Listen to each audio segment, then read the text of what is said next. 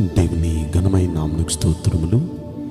ఈ వాగ్దానం వింటున్న మీకందరికీ మన ప్రభువును ప్రియరక్షకుడైన యేసుక్రీస్తు నామములో శుభములు, మా హృదయపూర్వకమైన వందనములు తెలియచేస్తున్నాము.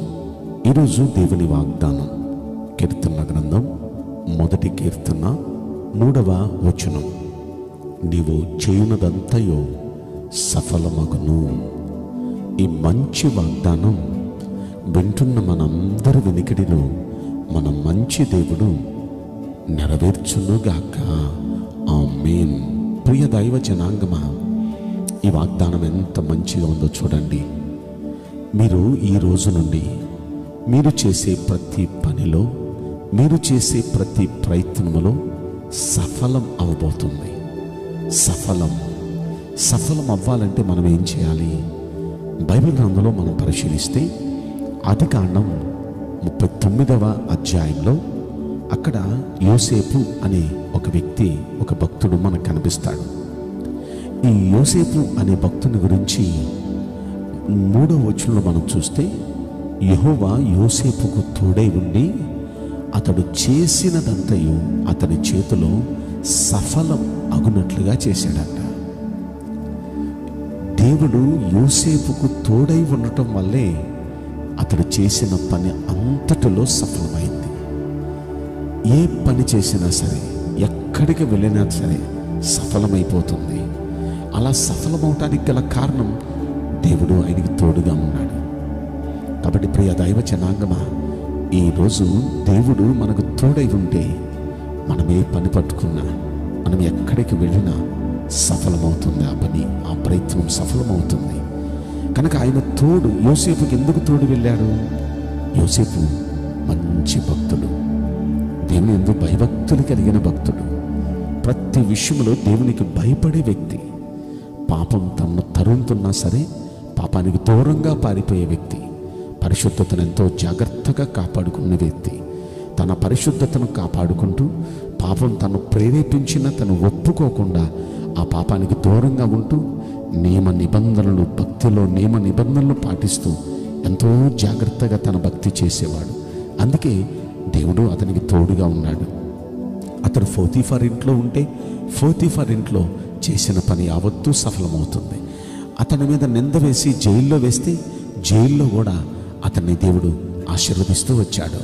అంత మాత్రమే కాదు, దేశానికి అతన్ని ఒక ప్రధానమంత్రి స్థాయిలో లేక ఒక రాజుగా అతన్ని కూర్చోబెడితే ఆ వ్యక్తిని బట్టి, అతని పరిపాలన చేస్తున్న విధానాన్ని బట్టి ఆ దేశంలో ప్రపంచమంతా కరువు వచ్చినా ఆ దేశంలో కరువు రాకుండా దేవుడు కాపాడాడు. ఇలా మనం ఆలోచిస్తే యోసేపు ప్రయత్నమే కాదు, యోసేపు ప్రార్థన, యోసేపు పని అంత సఫలమైంది. ఇలా సఫలమవటానికి ఒకటే కారణం, అతడు ఎక్కడున్నా, అతడు ఏం చేసినా యెహోవా అతనికి తోడుగా ఉన్నాడు. కాబట్టి వాగ్దానం వింటున్న మనందరికి కూడా మన ప్రభు తోడుగా ఉండబోతున్నాడు. తోడుగా ఉంటే అన్నీ సఫలమే. అయితే తోడుగా ఉండాలంటే మనం కూడా మనల్ని మనం పవిత్రంగా కాపాడుకుందాం, మన పరిశుద్ధతను కాపాడుకుందాం. ఆయన మనకు కూడా తోడుగా ఉండటానికి ఇష్టపడుతున్నాడు. అయితే అలా తోడుగా ఉంటే మన ప్రయత్నాలు సఫలమవుతాయి అని విన్నాం కదా. అంత మాత్రమే కాదు, ఇదే 1వ కీర్తనలో 1వ వచనం 2వ వచనం చదివితే, దుష్టుల ఆలోచనలు చెప్పున నడవద్దు, పాపుల మార్గాన నిలవద్దు, అపహాస్యకులు కూర్చుండే చోటను కూర్చోవద్దు అని. అంటే మనం ఎక్కడ నిలవకూడదో, ఎక్కడ నడవకూడదో, ఎక్కడ మనం ఉండకూడదో మన ప్రభువు వారు చెప్పారు. అలా మనం జాగ్రత్తలు తీసుకొని ఆయన ధర్మశాస్త్రాన్ని దివారాత్రులు ధ్యానించి ఆ ధర్మశాస్త్రాన్ని అనుసరించి నడిస్తే ఖచ్చితంగా మనం ఏ పని చేసినా, ఎక్కడికి వెళ్ళినా మన ప్రయత్నాలు సఫలమవుతాయి. కనుక ఈ వాగ్దానం వింటున్న ప్రతి వ్యక్తి ఈ విధంగా జీవించి మీ ప్రయత్నాలు సఫలమయ్యేటట్టుగా చూసుకుంటారా? మనస్ఫూర్తిగా దైవజనుడిగా నేను కోరుకుంటున్నాను. ఈరోజు మొదలుకొని మీరు చేసే ప్రతి ప్రయత్నంలో, ప్రతి పనిలో సఫలం అనుగ్రహించబడునుగాక. ఆమేన్. నేను మీకోసం ప్రార్థన చేయబోతున్నాను. పరిశుద్ధుడా, ప్రేమగల యేసురాజా, నీ పరిశుద్ధ బంగారు పవిత్రమైన నామమునకు నిండు మనసుతో కోట్ల కొలదిగా స్తుతులు, స్తోత్రములు, వందనాలు చెల్లిస్తున్నాం.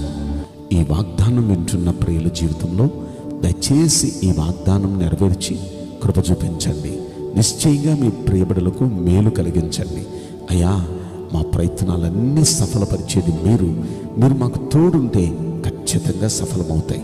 దయచేసి ఈ వాగ్దానం వింటున్న ప్రతి బిడ్డకు మీరు తోడుగా ఉండి వారి ప్రతి ప్రయత్నాన్ని సఫలపరిచి బలపరచమని ఈ కొద్ది మనవులు నజరుడైన యేసుక్రీస్తు ప్రశస్తమైన నామములో మిక్కిలి వినయముతో ప్రార్థించి బ్రతిమలాడి వేడుకుంటున్నాం ప్రియ పరలోకపు తండ్రి. Amen. May God bless you all. Thank you.